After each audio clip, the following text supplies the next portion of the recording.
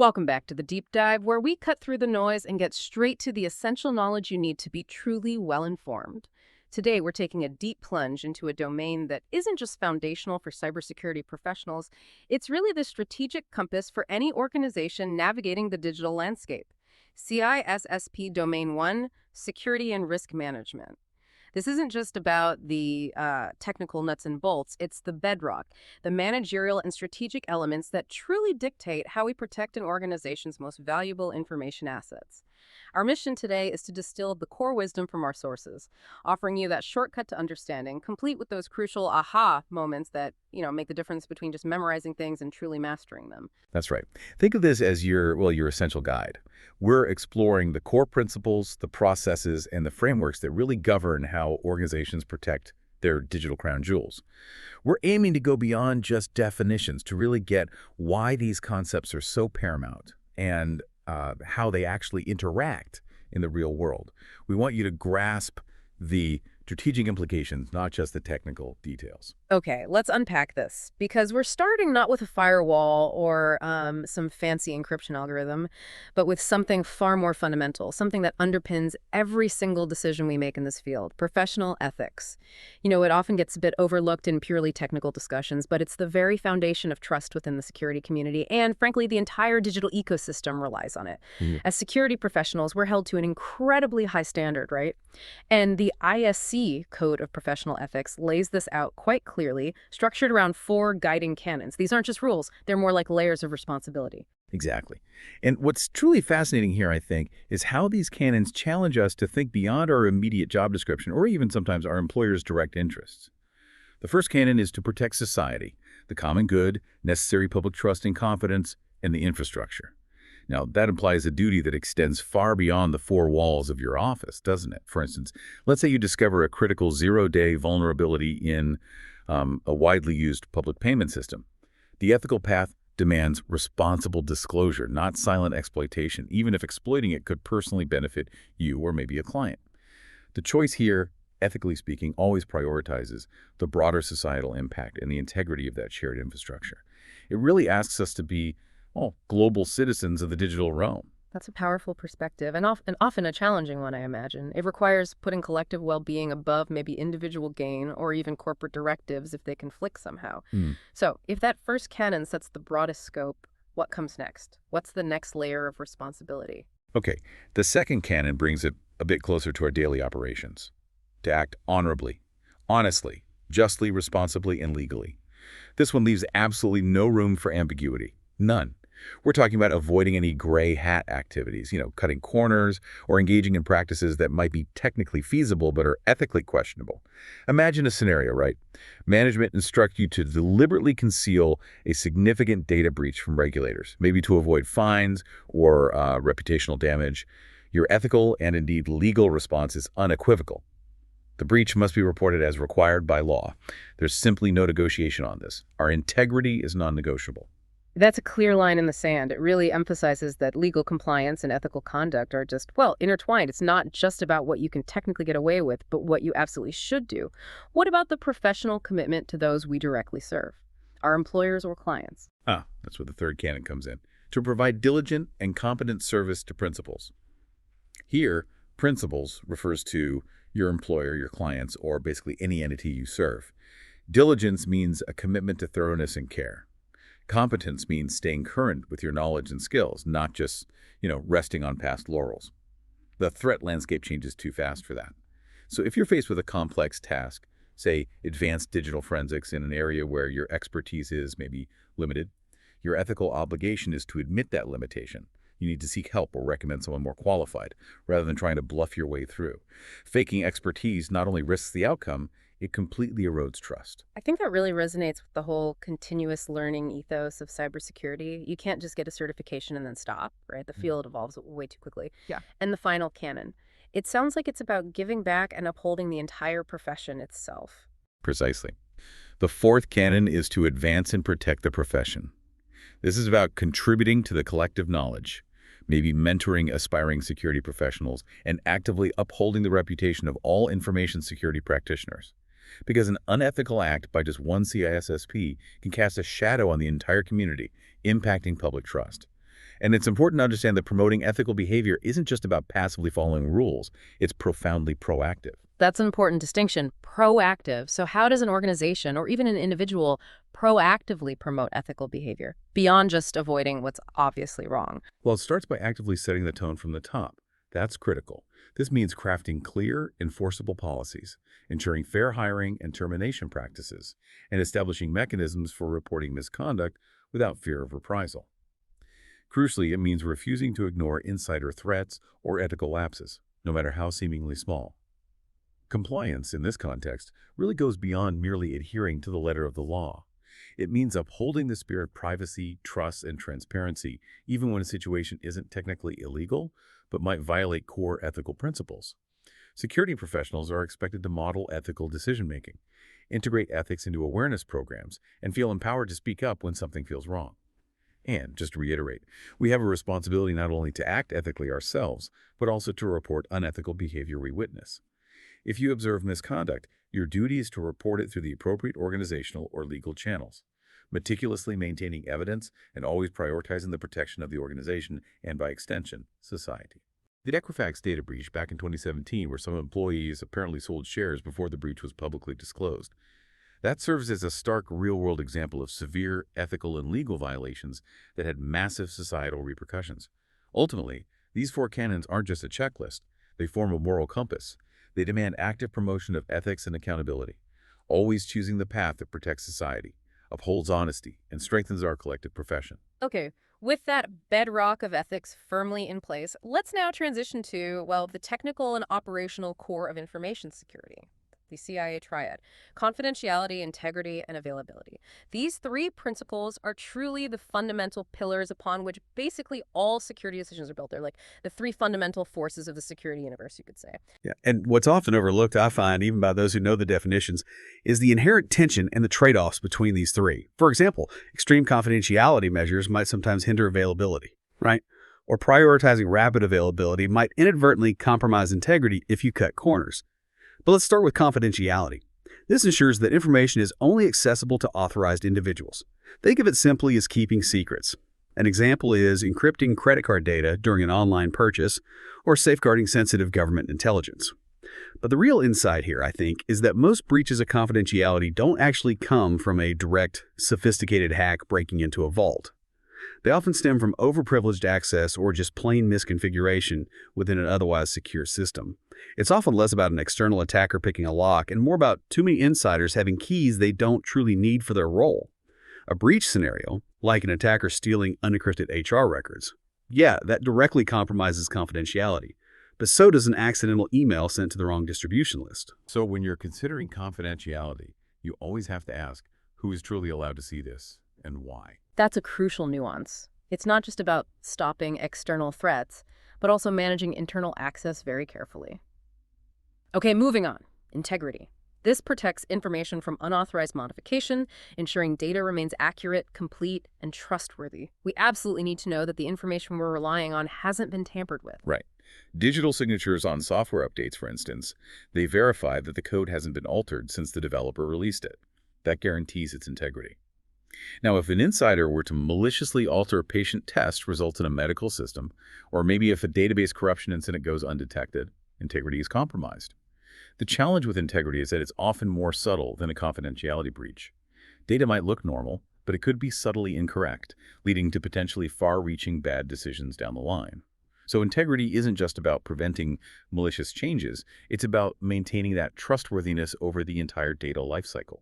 Absolutely. Integrity basically equates to accuracy and trustworthiness, whether the modification was intentional or just accidental. And finally, availability.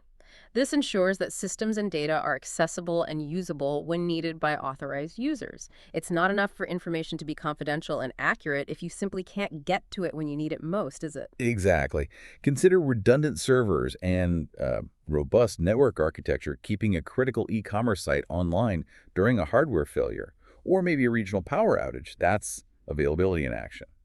Conversely, a distributed denial of service or DDoS attack that overwhelms a banking site or even a simple power grid failure results in a significant loss of availability. For availability, you should always be thinking about uptime, resilience, and ultimately business continuity. The strategic insight here is recognizing that availability, while it seems straightforward, is actually a constant battle against a huge array of threats, technical failures, cyber attacks, natural disasters, all of which directly impact an organization's bottom line and its reputation. So, can I access? That's your memory trick for confidentiality, integrity, and availability. Good one. These are truly the foundational concepts, and understanding their interdependencies and, yeah, their potential conflicts is absolutely key. Now, beyond the CIA Triad itself, organizations need to fortify their security posture with crucial governance concepts. These aren't technical wizardry, they're really about processes, people, and policies. And they're designed to systematically reduce risks that stem from insiders, human error, and unfortunately fraud.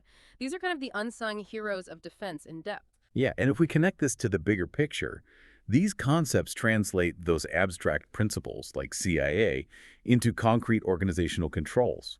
They get deeply embedded in how an organization actually operates. Take least privilege, for example. It dictates giving users only the absolute minimum access necessary to perform their job functions, nothing more.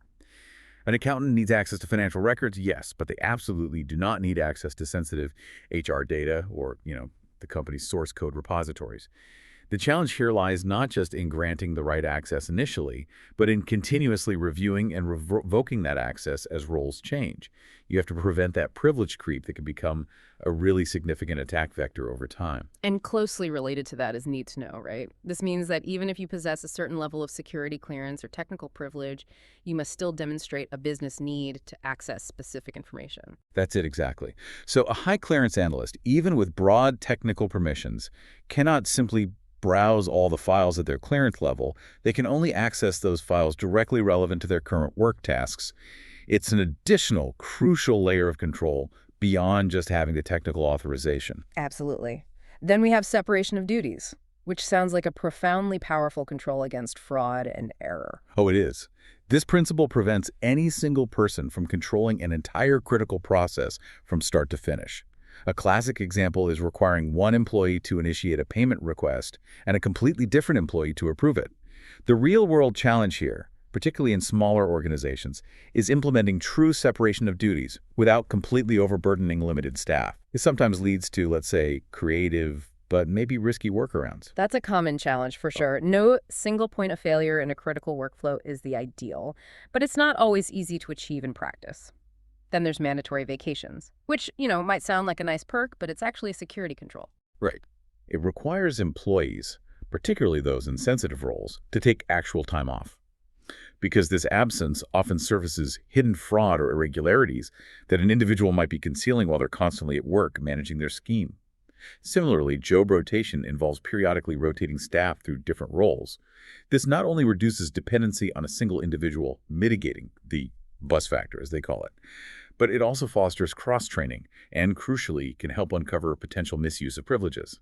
A fresh set of eyes might spot anomalies that others have gotten used to. Indeed, both are excellent administrative controls that leverage human interaction and, absence. Moving on, dual control. This necessitates two people acting together for critical operations, kind of like the two keys required to launch a missile, right? Neither person can complete the action alone. Exactly.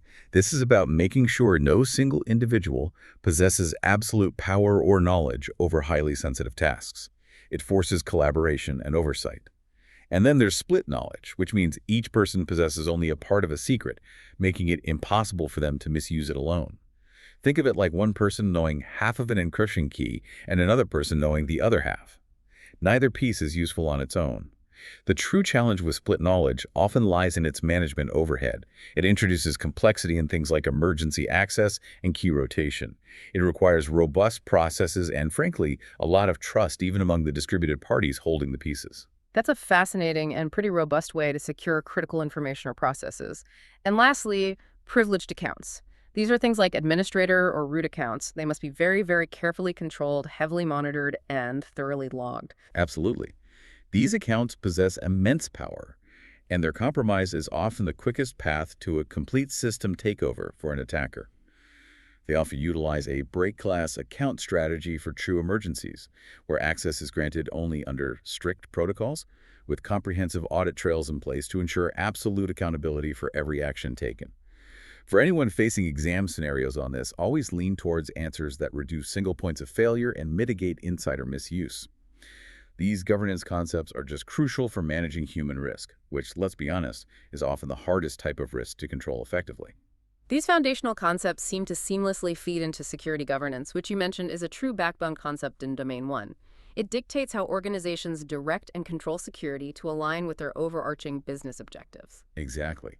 If professional ethics define who we are as security professionals, and maybe the CIA Triad defines what we protect, then governance defines how organizations make their security decisions strategically. It's the framework for decision-making. That's a really powerful way to frame it. It's about ensuring security isn't just some IT afterthought or a technical burden, but an integral part of the business strategy itself. So, what are the core principles that guide effective security governance? What makes it work? Well, a core principle, and one that regulators are increasingly enforcing, is that accountability lies with senior management. They can delegate tasks and operational responsibilities, absolutely, but they cannot delegate the ultimate responsibility for security. If a major breach occurs, the CEO and the board will be held accountable, not just the frontline system administrator. It's fundamentally a top-down responsibility, ensuring security has visibility and buy-in at the highest levels. Another key principle is a risk-based approach. This recognizes that achieving zero risk is basically impossible and certainly economically unfeasible. Instead, it requires a careful balance between the organization's risk appetite, essentially, how much risk they're willing to accept to achieve their business goals, and its practical business needs. So, it's all about intelligent risk management, not simply risk elimination at all costs. What's the third principle that helps keep things moving forward and adapting? The third principle is continuous improvement. This acknowledges that the threat landscape is constantly evolving, right? Therefore, security controls, policies, and strategies must be regularly reviewed, tested, and updated. Governance is not a set-it-and-forget-it exercise. It's really an ongoing journey of adaptation. And to help operationalize this continuous governance, various frameworks exist. ISO IEC 27001 is a globally recognized standard for an information security management system, or ISMS. It provides a systematic approach to managing information security, and organizations can actually get certified against it, which demonstrates their commitment. Then there's the NIST Cybersecurity Framework, CSF, which is widely used, particularly in the U.S. It offers a flexible, risk-based approach structured around 5 key functions: identify, protect, detect, respond, and recover. These frameworks provide really critical roadmaps for organizations. Are there other notable ones that an informed professional should definitely be aware of? Well, absolutely. COBIT, Control Objectives for Information and Related Technology, created by ISC², specifically focuses on IT governance. Its main goal is aligning IT with business strategy and ensuring IT investments truly support strategic objectives. Think COBIT. Think IT governance aligned with business. And SABSA, Sherwood Applied Business Security Architecture, is an enterprise security architecture framework that really helps align security business goals right from the ground up. It's quite comprehensive. Beyond these general frameworks, you have specific industry regulations like PCI DSS, Payment Card Industry Data Security Standard, which is mandatory for any organization handling credit card data, and FedRAMP, which applies specifically to cloud service providers working with the U.S. government. A crucial exam tip here. Link COBIT with aligning IT controls with overall business governance, and FedRAMP specifically with federal cloud services. Knowing those associations is helpful. And here's where it truly gets interesting, I think. Aligning security strategy with business goals. This isn't just important, it's absolutely paramount. Security's role, ideally, is to enable business success, not to be a constant roadblock. Exactly. Take, for example, a hospital expanding its telemedicine services. Security's role there is to ensure seamless IPAA compliance, maybe implement robust multi-factor authentication for doctors, and guarantee patient privacy, all while facilitating, not hindering, access to care. The wrong approach, whether you're facing an exam question or making a real-life decision, is always to just implement the strongest possible control regardless of cost or business impact. That's rarely the right answer. The right approach involves meticulously balancing controls with business objectives and the organization's defined risk appetite. You need to think of security strategy as having a permanent, respected seat at the executive table, not being confined to some locked server room, only called upon when something breaks. It needs to be a proactive business enabler. Within that overarching governance structure, a clear understanding of security roles and responsibilities is critical, because accountability, as you said, must be clearly defined and understood throughout the entire organization. Absolutely. Senior management, we're talking executives, the board of directors, they are ultimately accountable. They are the ones signing off on budgets, setting high-level policies, and crucially, formally accepting residual risks. This is a vital distinction. They carry the ultimate responsibility. Yes, the buck truly stops with them, legally and strategically. Then we often have the Chief Information Security Officer, CISO, who acts as the strategic leader for security. Right. Their role is to set the strategic vision, ensure security aligns with overall business goals, and effectively bridge the gap between technical operations and senior leadership by reporting directly to them. They're often seen as the primary advocate and translator for security within the executive team. Exactly. And then we dive into the specifics of data protection itself.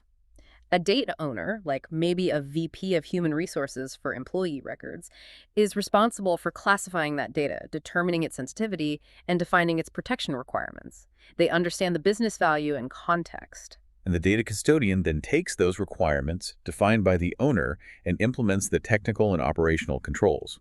For instance, a database administrator managing backups, access controls, and encryption for that HR data. They're acting as the custodian, executing the owner's policy. Okay, so the owner decides what needs protecting and how sensitive it is based on business needs. And the custodian handles the how actually implementing those protections technically. That's a very clear division of labor. And a system owner is typically responsible for the overall operation and maintenance of a specific IT system, like an IT manager responsible for the payroll system itself, regardless of the data within it. A helpful memory trick to keep these straight. Owners decide what to protect, custodians make it happen, and users follow the rules. It's a good shorthand. This clear hierarchy extends directly into the structure of policy, standard, procedure, and guideline definitions and hierarchy, which is a classic exam topic, and more importantly, a vital organizational tool for consistency. Yes, this hierarchy seems fundamental to how security is documented, communicated, and enforced consistently across a large organization. Let's break that down. Okay, at the very top, a policy is a high-level management statement of intent. It's broad, it's mandatory, and crucially, it's approved by senior management because of their legal and regulatory accountability. An example would be something simple like, all sensitive customer data must be protected. It dictates what must be done, the overall goal. So the high level what? What's the next layer down then? Providing more specific direction. That would be a standard. A standard comprises specific, mandatory requirements that directly support the policy. It's more granular, defining how the policy will be met with specific technologies or configurations. For instance, supporting that policy, a standard might say AES 256 encryption must be used for all customer data at rest and in transit. This translates the general intent into concrete, enforceable requirements. Okay, so we have the what policy and the must standard. And after that, for the technical teams actually doing the work. Right, then comes a procedure. Procedure provides the step-by-step instructions for implementing those standards. This is the operational detail, the real how-to. An example would be a document titled Step-by-Step Instructions for Configuring Disk Encryption on Windows Servers Using BitLocker. These are often quite technical and detailed, really intended for specific teams executing the task. And finally, the last piece is a guideline. Yes, a guideline offers recommendations and best practices. These are explicitly not mandatory. They're shoulds rather than musts, offering flexibility and advice. For example, it's recommended to use multi-factor authentication for all remote access. So this hierarchy therefore flows logically from policy, standard, procedure, guideline. Policies are management-driven and strategic, while procedures are operations-driven and tactical. Understanding this distinction is just vital for both implementation and compliance audits. Indeed, that blueprint for security, described through policies, standards, procedures, and guidelines, is pretty meaningless without effective security policies and documentation that are truly living documents, right? Not just shelfware. Exactly.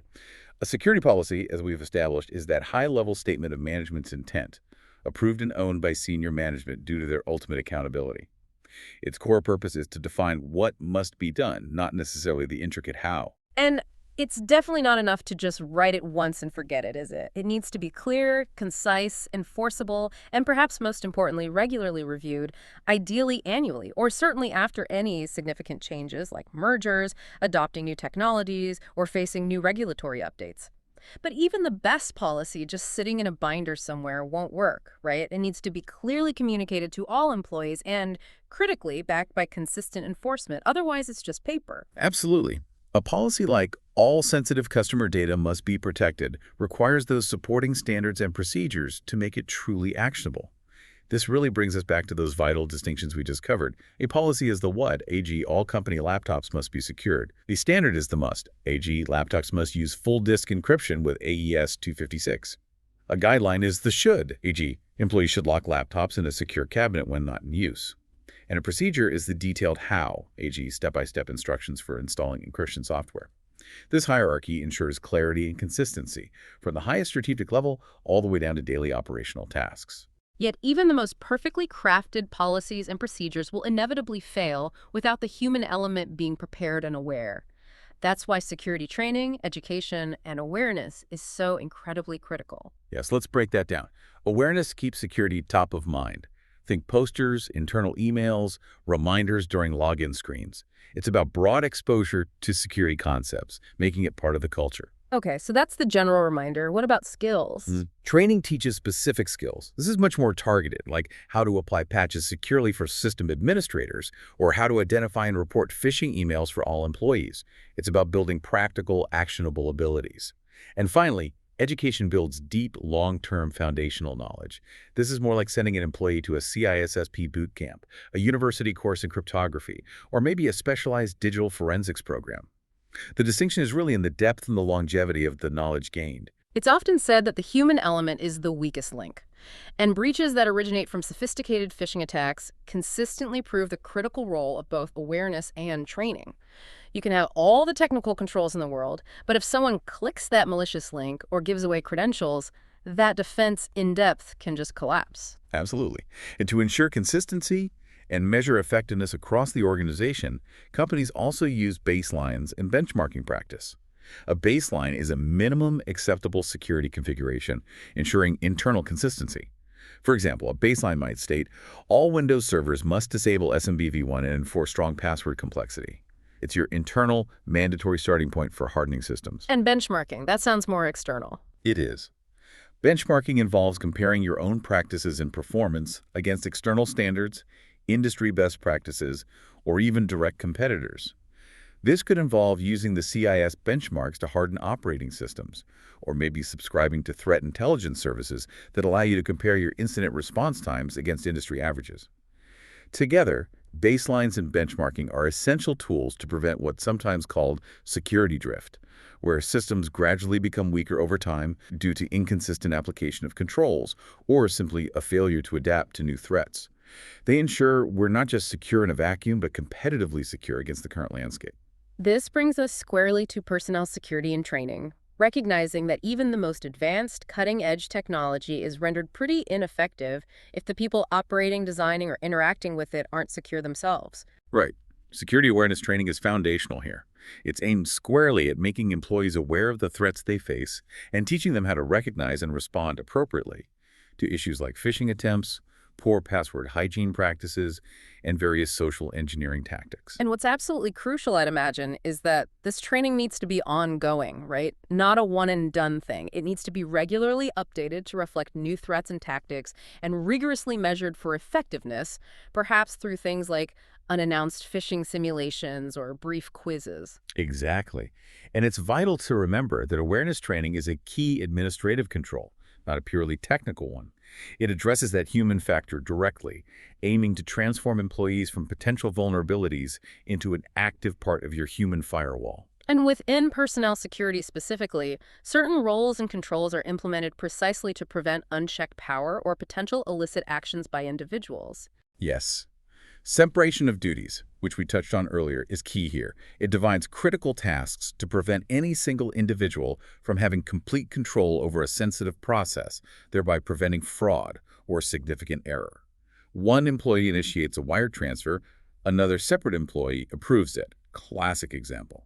Similarly, job rotation periodically swaps staff roles. This not only reduces dependency on a single individual, which is good for operational resilience if someone leaves suddenly, but it also helps in cross-training staff and can expose potential fraudulent activities or misuse of privileges that someone might be attempting to hide over an extended period in one role. And then, mandatory vacations also serve as a surprisingly potent control.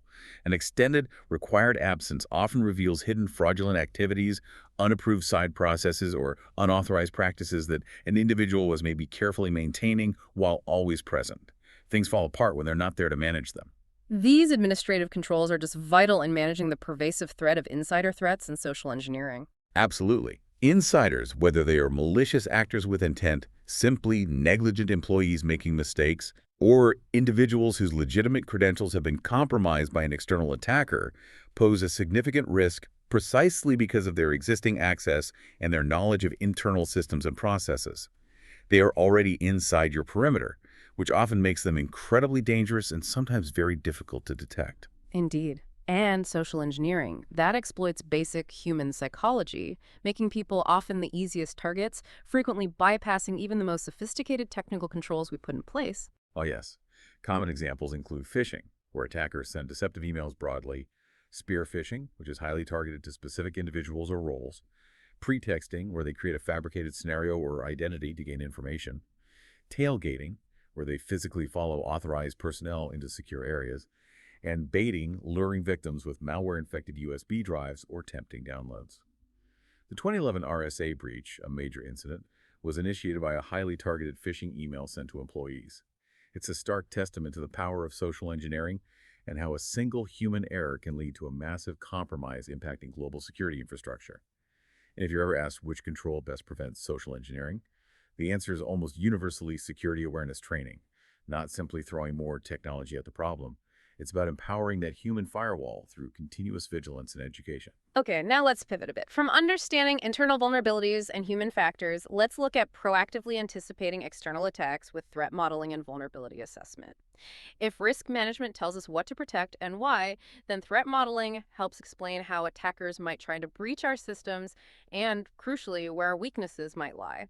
It's really about getting inside the attacker's mindset before they strike. Yes, and understanding the types of threats and vulnerabilities is key here. Accurately categorizing these helps us build more targeted and effective defenses. Internal threats, as we've discussed, come from inside an organization. This could be accidental data deletion by an employee, or more sinisterly, a disgruntled employee intentionally sabotaging systems or stealing data.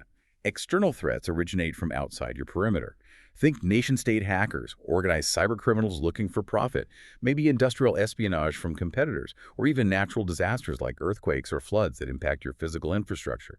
Threats can also be categorized as intentional, involving deliberate malicious actions like a ransomware attack or planting spyware, or accidental, resulting from human error, system misconfiguration, or unforeseen system failures. So a threat is the potential harm, whether it's intentional or accidental, external or internal.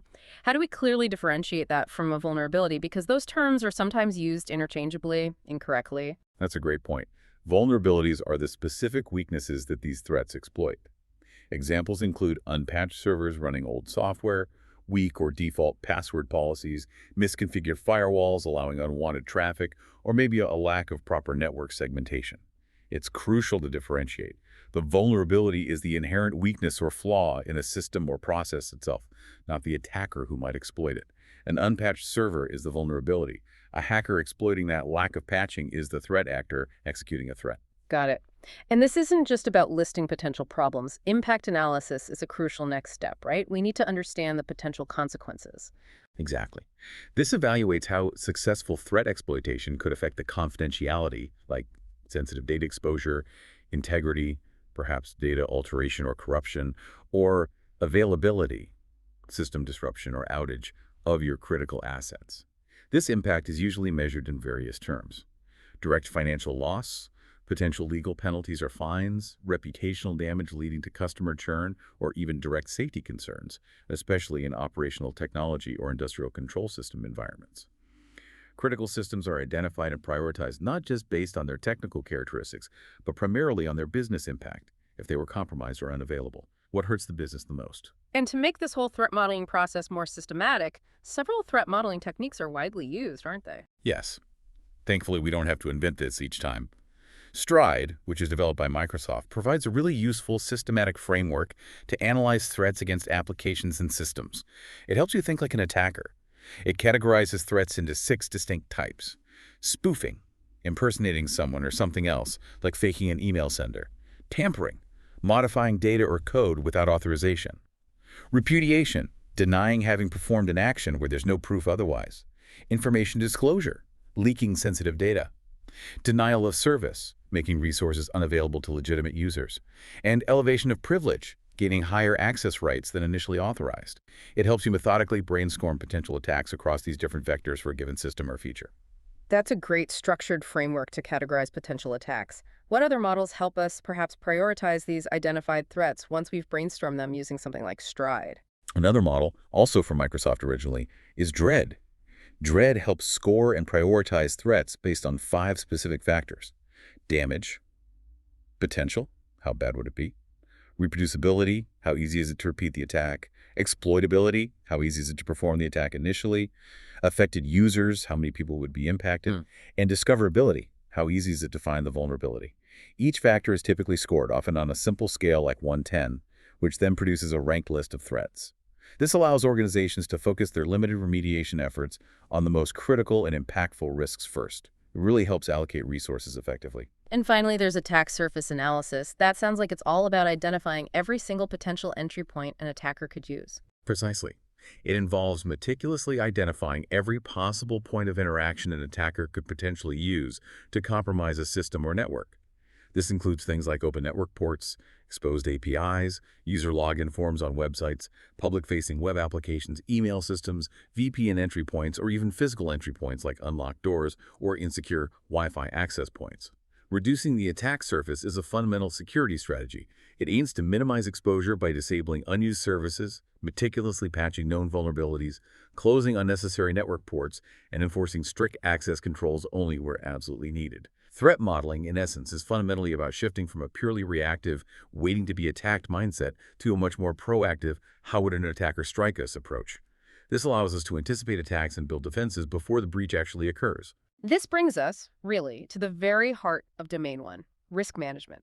This isn't just a technical exercise, it's a core business process. It involves systematically identifying potential problems, assessing their likelihood and potential impact, deciding on the most appropriate response strategy, and then continuously monitoring and improving that response over time. It's truly a perpetual, dynamic cycle that should underpin every security decision an organization makes. And because starting this whole process from scratch every time would be incredibly inefficient, organizations typically leverage established risk management methodologies and frameworks. ISO 31000 is a well-known international standard for enterprise risk management. It provides principles and generic guidelines that are applicable across pretty much all industries. The NIST RMS, Risk Management Framework, is a widely adopted U.S. government standard that outlines a very structured 6-step process for managing risk, particularly within federal information systems, but it's used widely in the private sector too. ECOISO, Committee of Sponsoring Organizations of the Treadway Commission, focuses heavily on internal controls and enterprise risk management, and it's often used in finance and auditing contexts due to its origins. And ISC² Risk IT is a framework tailored specifically for managing IT-related risks. A key exam tip for remembering these. NIST RMF often signals federal agencies or systems processing federal data. ISO 31000 points towards international enterprises or general ERM, and CISSP frequently relates to financial reporting or internal control environments. Knowing the context helps. So with these frameworks providing the necessary structure, how do we actually begin the fundamental process of risk identification and assessment? What are the raw ingredients we need to gather first? Well, it fundamentally begins with understanding your assets. There's anything of value to the organization. This can be tangible, like servers, or intangible, like data, reputation, intellectual property, or even key personnel. Then, you identify the threats, any potential cause of an unwanted incident that could harm an asset. Think hackers, malware, natural disasters, system failures, employee errors. And crucially, you identify the vulnerabilities. These are the weaknesses or gaps in your defenses that these threats can exploit.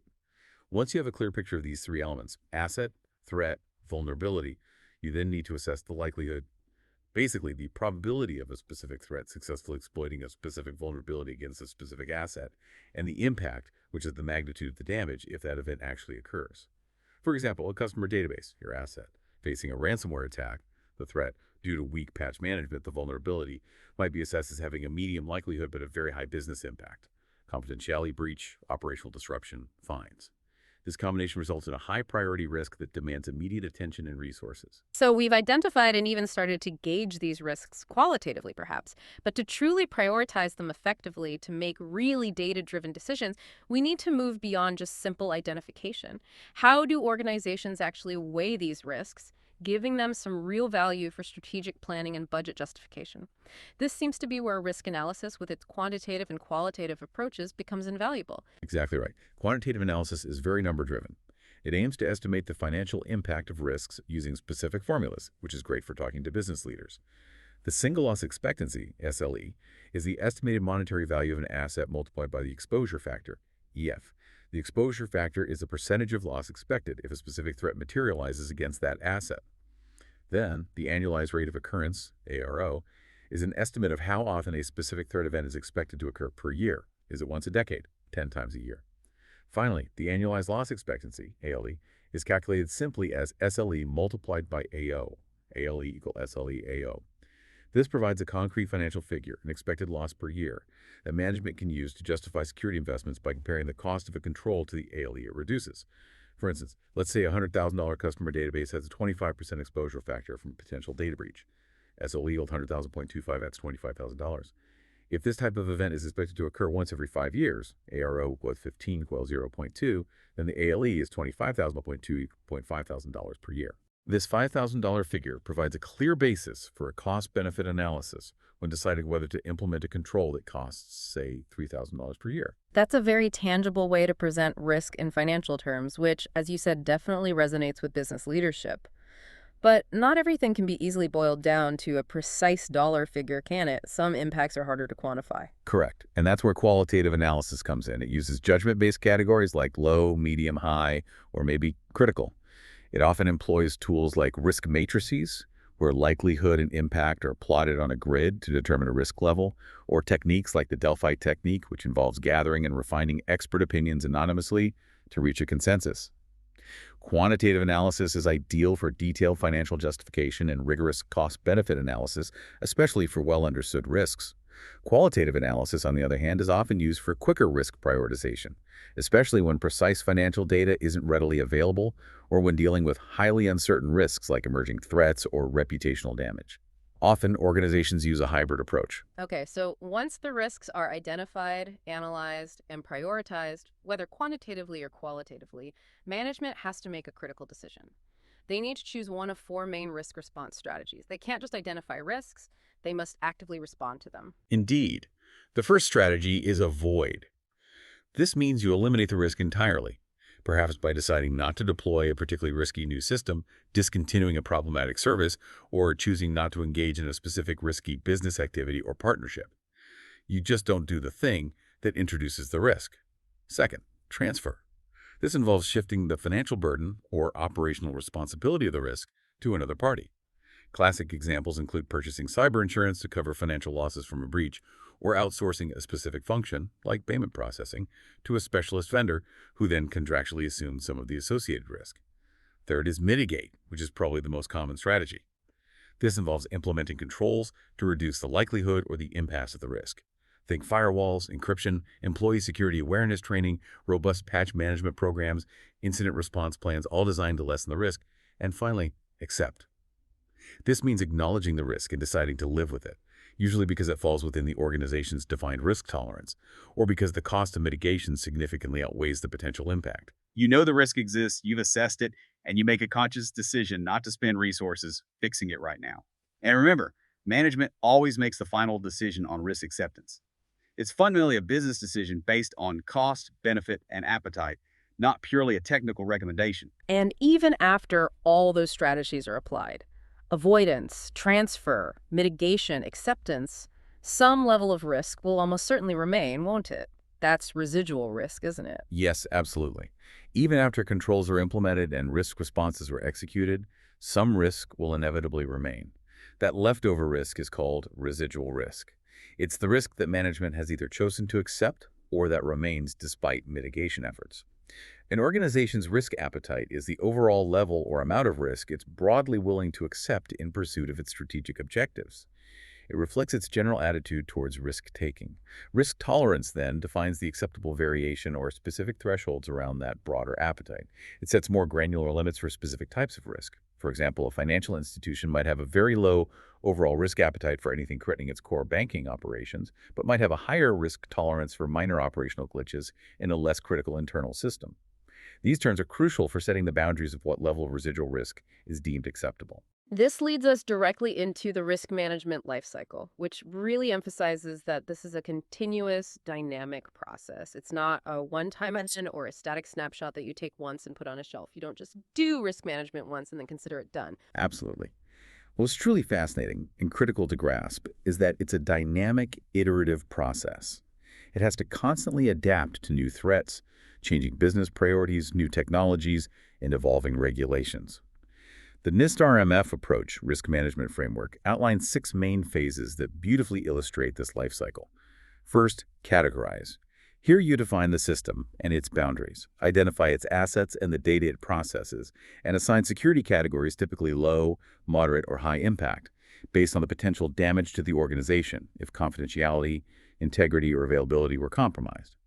Then select. Based on the system's security category and other organizational requirements, you choose the appropriate security controls from a predefined catalog, like NIST SP 853.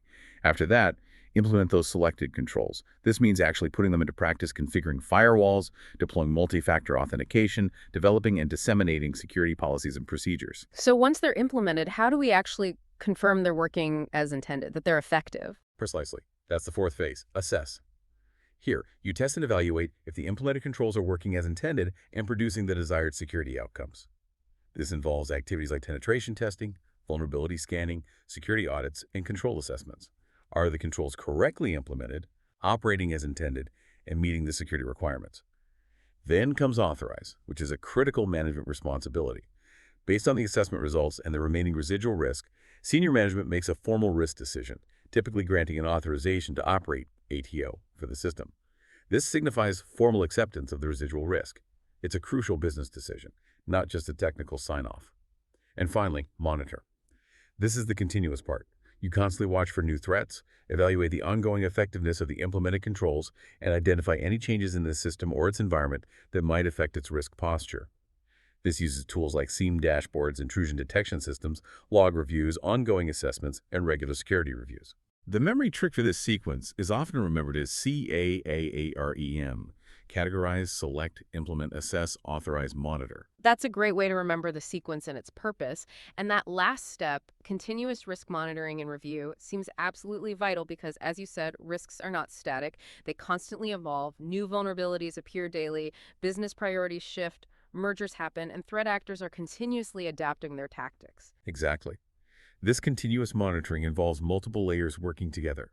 Technical monitoring using security information and event management, SIEM systems, intrusion detection prevention systems, IDSQs, administrative monitoring through regular policy reviews, compliance audits, and personnel checks, and operational monitoring, gathering insights from incident response reports, help desk tickets, and security operations center SOC activities.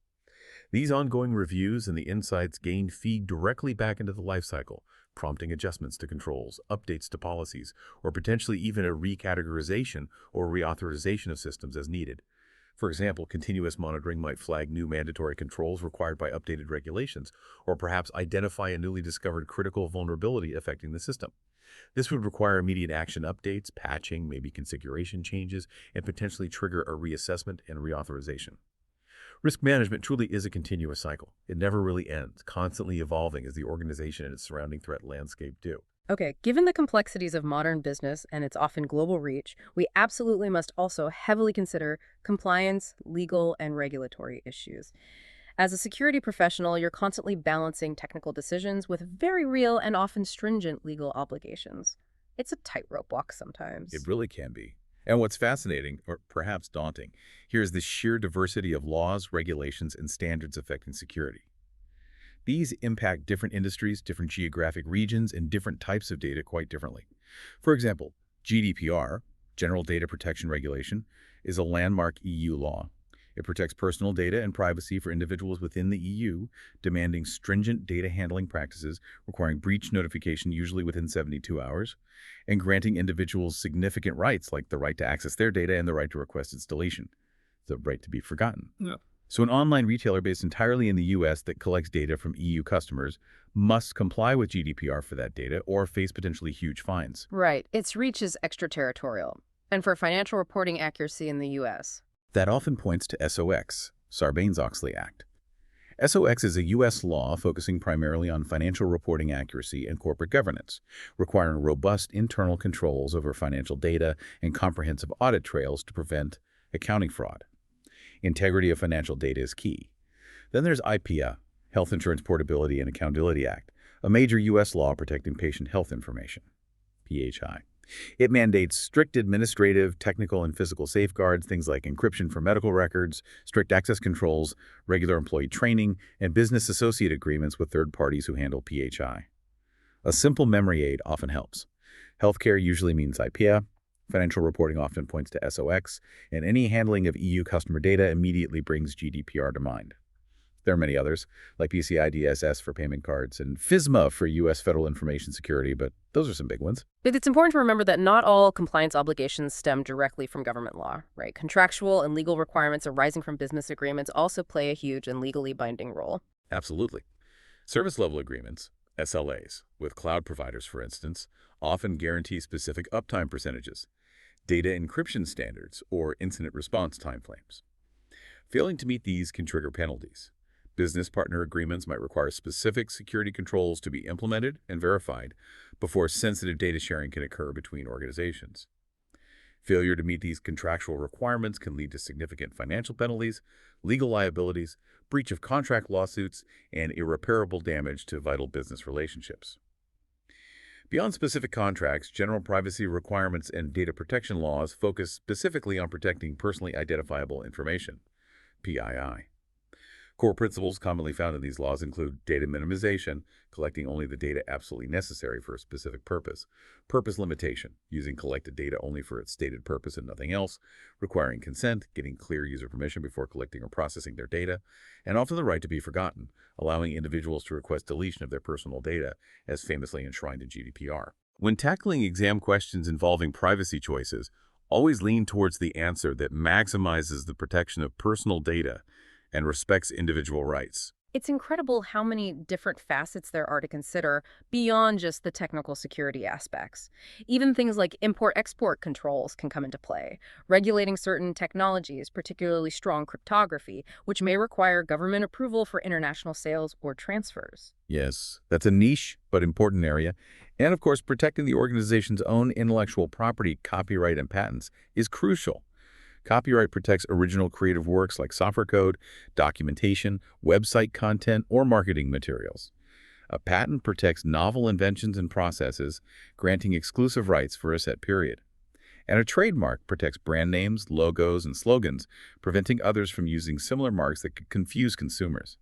Using pirated software, ignoring licensing terms, or infringing on any of these intellectual property rights is not only unethical, but also carries significant legal and financial risks for the organization. And then two classic CISSP concepts that seem to tie a lot of this together, demonstrating management's proactive stance on meeting these obligations, are due care and due diligence. These always seem to come up and are often confused. Indeed, and they're important to distinguish. Due care means acting responsibly to protect assets, essentially doing what a reasonable and prudent person or organization would do under similar circumstances. For instance, installing fire extinguishers in a data center, implementing basic security awareness training, or patching known critical vulnerabilities. These are acts of due care. It's about meeting a reasonable expected standard of protection. Due diligence, on the other hand, is the ongoing effort to maintain and enforce those protections over time. It's the follow-through. So, due diligence would involve regularly checking and replacing those expired fire extinguishers, continuously updating and measuring the effectiveness of your security awareness training program, or actively scanning for and remediating new vulnerabilities. Together, demonstrating both due care, setting the standard, and due diligence, maintaining it, shows that management has taken and continues to take proper, reasonable steps to secure systems. Their absence, especially after a breach, can lead to findings of negligence, significant fines, and damaging lawsuits. Okay, shifting gears slightly. In today's highly interconnected world, nearly every organization relies on a sprawling web of external vendors, cloud providers, consultants, and contractors. This brings us to the really critical domain of third-party security. And the big, undeniable takeaway here, you mentioned earlier, is that outsourcing services absolutely does not outsource the ultimate responsibility for your data or security. This is such a critical point, and one organizations unfortunately often learn the hard way through a vendor-related breach. Outsourcing and vendor risk management is absolutely vital because relying on third parties inherently introduces new risks. These risks include potential data exposure occurring at the vendor's site, a loss of direct control over your own assets and processes, service outages stemming from issues at the vendor, and often complex jurisdictional challenges if the vendor operates in different countries with different laws. Effective vendor risk management isn't a one-time check. It involves robust due diligence before signing a contract, regular monitoring and auditing during the contract. For example, reviewing their SOC2 reports, exercising right to audit clauses, and ensuring secure offboarding after the contract ends, including verified data destruction or return. The original organization always remains ultimately responsible and accountable for its data's security and privacy, regardless of who is processing or storing it on their behalf. Regulators consistently uphold this principle. So you can delegate the task, but never the ultimate accountability. This is precisely why meticulously crafted third-party agreements and assessments are absolutely essential, forming the legal and operational backbone of the relationship. Precisely. Service level agreements, SLAs, define strict performance expectations, uptime guarantees, and often include specific security clauses regarding controls, incident notification, etc. Non-disclosure agreements, NDAs, are crucial for protecting any confidential information shared between the parties during the engagement. Right to audit clauses are incredibly important, contractually allowing your organization to inspect the vendor's security controls, processes, and documentation to verify their compliance. And data protection agreements, DPAs, or addendums specifically address compliance with privacy laws like GDPR, detailing exactly how personal data will be handled, protected, and processed by the vendor. Assessments used to verify these agreements can range from comprehensive security questionnaires and reviews of documentation to conducting on-site inspections or requiring independent third-party certifications like ISO 2701 or SOC2 reports, Type 1 or Type 2. And we've seen in recent years, unfortunately with increasing frequency, that supply chain security is a rapidly growing and incredibly dangerous area of concern. A compromised supplier, particularly in software development or hardware manufacturing, can unfortunately be used as a vector to infect your own systems or even your customers downstream. This is a huge and often exploited attack vector now. The risks are varied and significant. Counterfeit hardware being introduced into your infrastructure, malicious code being secretly injected into legitimate software updates, or even unauthorized subcontractors gaining access to sensitive data or processes through your primary vendor. The SolarWinds breach, where malicious code was inserted into their Orion monitoring software update, and the widespread Log4j vulnerability are prime, large-scale examples of how a single point of failure deep within the software supply chain can have catastrophic global repercussions, affecting thousands of organizations. Mitigations here have to be multifaceted. Thorough vetting of all critical suppliers, contractually requiring minimum security standards, using techniques like code signing and hashing to verify software integrity, continuously monitoring vendor security posture and dependencies, and increasingly maintaining a software bill of materials, SDOM. An SBOM is like an ingredients list for software, helping you understand every component and library within your applications so you can track vulnerabilities associated with those components. In essence, with all third-party security, it's not just trust but verify. It's a continuous, vigilant process of managing a shared risk. Because ultimately, while you can outsource services, you can never truly outsource the responsibility for your organization's data security. Okay, now let's consider how organizations prepare for the absolute worst-case scenarios. Business continuity, BCM, and disaster recovery, DR. This is all about ensuring the business keeps running or can quickly resume critical operations even when a major disaster strikes, whether that's fires, floods, pandemics, crippling ransomware attacks, or widespread power outages. It's really the ultimate test of organizational resilience. Absolutely. And the indispensable foundation for all effective continuity planning is the Business Impact Analysis, BIA. The BIA is where it all starts. A BIA identifies and prioritizes critical business assets and processes things like payroll processing, customer support systems, online sales platforms based on their importance to the organization's survival and mission. It then determines a maximum tolerable downtime, MTD, for each critical process, essentially, how long the business can survive without that particular process before suffering unacceptable consequences, like bankruptcy, major regulatory fines, or total loss of customer trust. From the MTD, it helps define the technical recovery targets. The recovery time objective, RTO, how quickly a specific system or service must be restored after a disruption to meet the MTD. And the recovery point objective, RPO, which defines how much data loss, usually measured in time, for example, 4 hours of data, 24 hours of data, is acceptable for that process, Can we afford to lose the last hour of transactions, or do we need recovery right up to the point of failure? Crucially, the BIA also calculates the potential financial and operational impact of downtime for different durations, which helps justify the investment in continuity solutions. For instance, a critical payroll system might have an MTD of 5 days, allowing for a longer RTO, whereas a high-frequency trading platform or a major e-commerce site might have an MTD measured in minutes or just a few hours, demanding a very low RTO and RPO. It's key to remember that MTD is fundamentally a business-driven decision based on tolerance for loss, while RTO and RPO are the technical recovery measures derived from that business requirement. Okay, so this detailed analysis from the BIA then informs two distinct but closely interconnected plans, right? The Business Continuity Plan, BCP, and the Disaster Recovery Plan, DRP. Exactly. The Business Continuity Plan, BCP, is broader. It focuses on ensuring the entire business can keep operating critical functions during and immediately after a disruption. It covers people, like communication plans, alternate work sites, facilities, damage assessment, relocation, and essential business processes, manual workarounds, activating alternate suppliers. For example, relocating staff to an alternate office after a flood is part of the BCP. The Disaster Recovery Plan, DRP on the other hand, is a subset of the BCP, focusing specifically on the technical aspects, restoring IT systems, network infrastructure, and critical data after a disaster.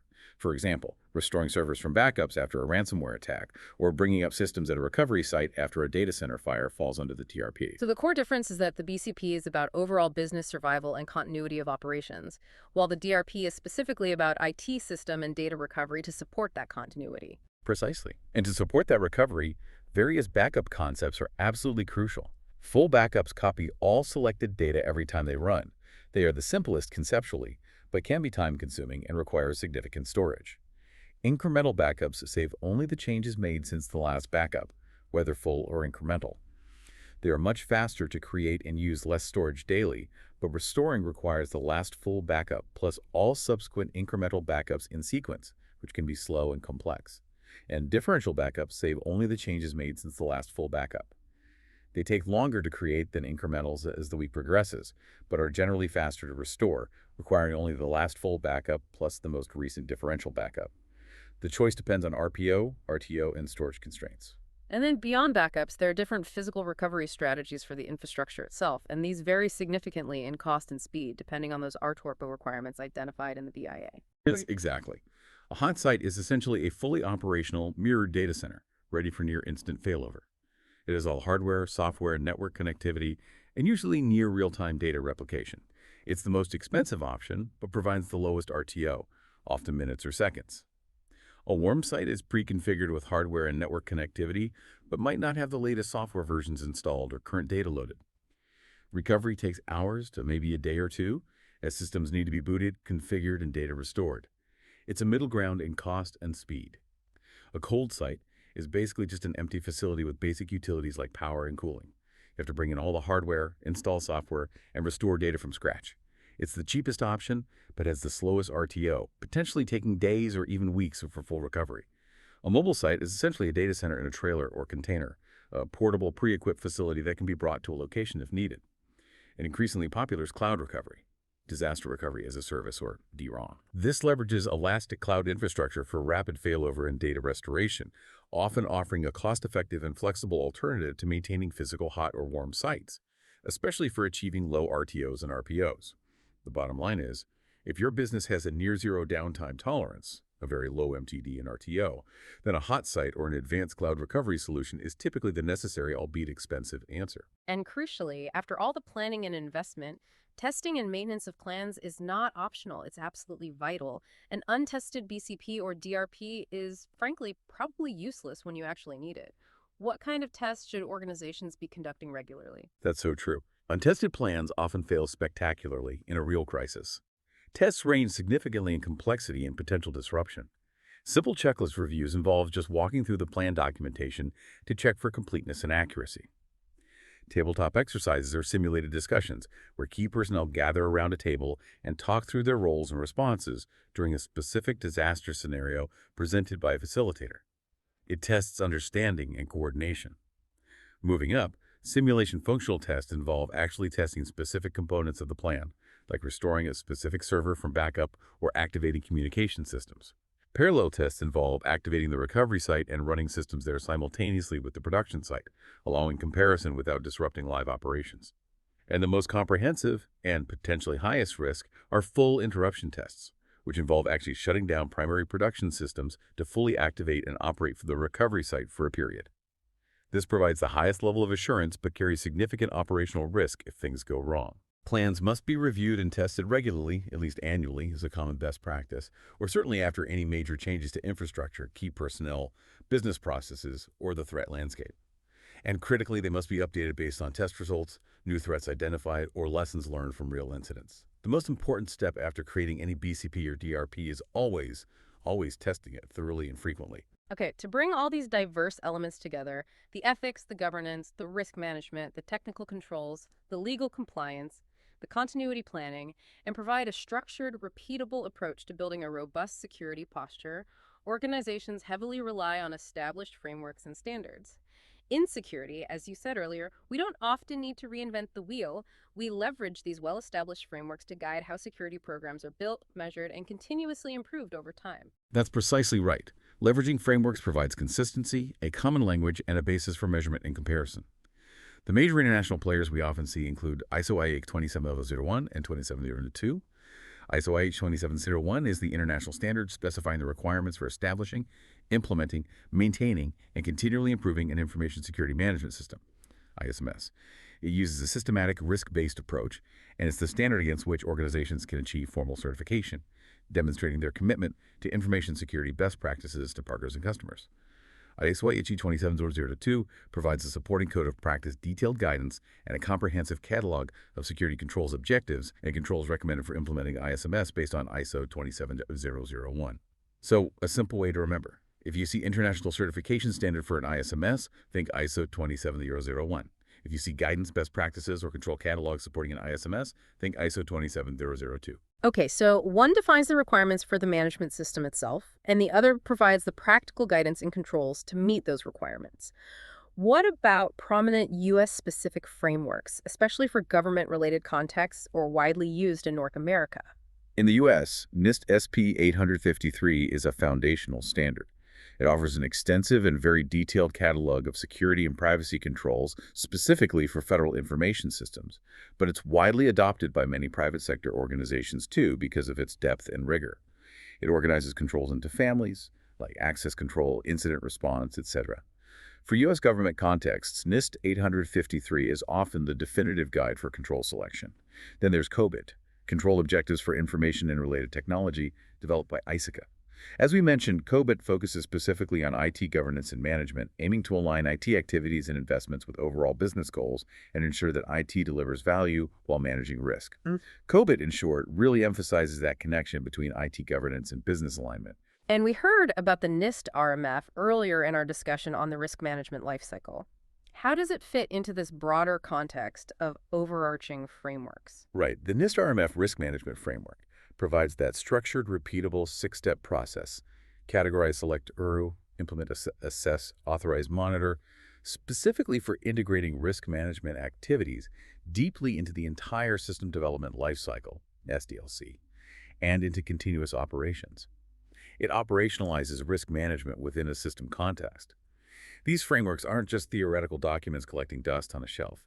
They are practical guides intended for active use in security program development, measurement, and improvement. Development often starts by selecting an appropriate framework, defining the scope of the security program, determining the organization's risk appetite, and then using the framework to build out the necessary policies, standards, and governance structures. And how do we actually know if our program, built using one of these frameworks, is truly effective? Or are we just checking boxes for compliance? How do we measure its success and maturity over time? That's a critical question. Measurement uses specific metrics and key performance indicators, KPIs, tied to the framework's objectives, things like patch compliance rates, incident detection times, phishing simulation click rates, etc. We also often use maturity models, like CMMI capability maturity model integration or framework-specific maturity models, to assess the program's overall maturity level. This indicates how well-defined, managed, repeatable, and optimized the organization's security processes actually are, moving beyond ad hoc reactions. And finally, improvement is a continuous loop. driven by inputs like regular internal and external audits, penetration test results, ongoing risk assessments, threat intelligence updates, and crucially, lessons learned from security incidents and near misses. This feedback ensures that the security program evolves continuously, adapting to new threats and business needs, making it stronger and more resilient over time. Frameworks are absolutely not one-time checklists. They are foundational tools for driving a continuous cycle of program maturity, transforming security from reactive, ad hoc firefighting into a structured, measurable, and continuously improvable business discipline. Well, as we conclude this truly extensive deep dive into CISSP Domain 1 security and risk management, you've journeyed through the critical pillars that really underpin effective information security strategy and operations. We started right at the beginning with the bedrock of professional ethics, moved through the foundational CIA Triad, and those essential governance concepts that structure our defenses internally. We then detailed the strategic importance of security governance itself and its practical application through security policies and documentation. We highlighted the crucial role of personnel security and training in mitigating the ever-present human risk factor. We shifted to proactive defense with threat modeling and vulnerability assessment, and then explored the comprehensive process of risk management and its continuous life cycle. And we also thoroughly covered the significant external pressures of compliance, legal, and regulatory issues, the growing complexities of third-party security in our deeply interconnected world, and the vital strategies for organizational resilience through business continuity and disaster recovery. Finally, we touched upon the guiding principles of various frameworks and standards that bring essential structure, measurability, and maturity to all these multifaceted efforts. The overarching theme throughout all of this, I think, is that security is truly a holistic endeavor.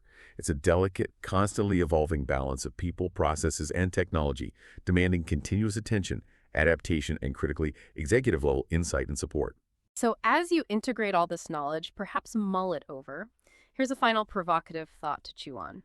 In a world of ever-increasing digital complexity where new, sophisticated threats emerge seemingly daily, and organizations are interconnected in an incredibly intricate global web, what is the single most significant blind spot that organizations, and perhaps even we as seasoned security professionals, continue to overlook in our risk management strategies today?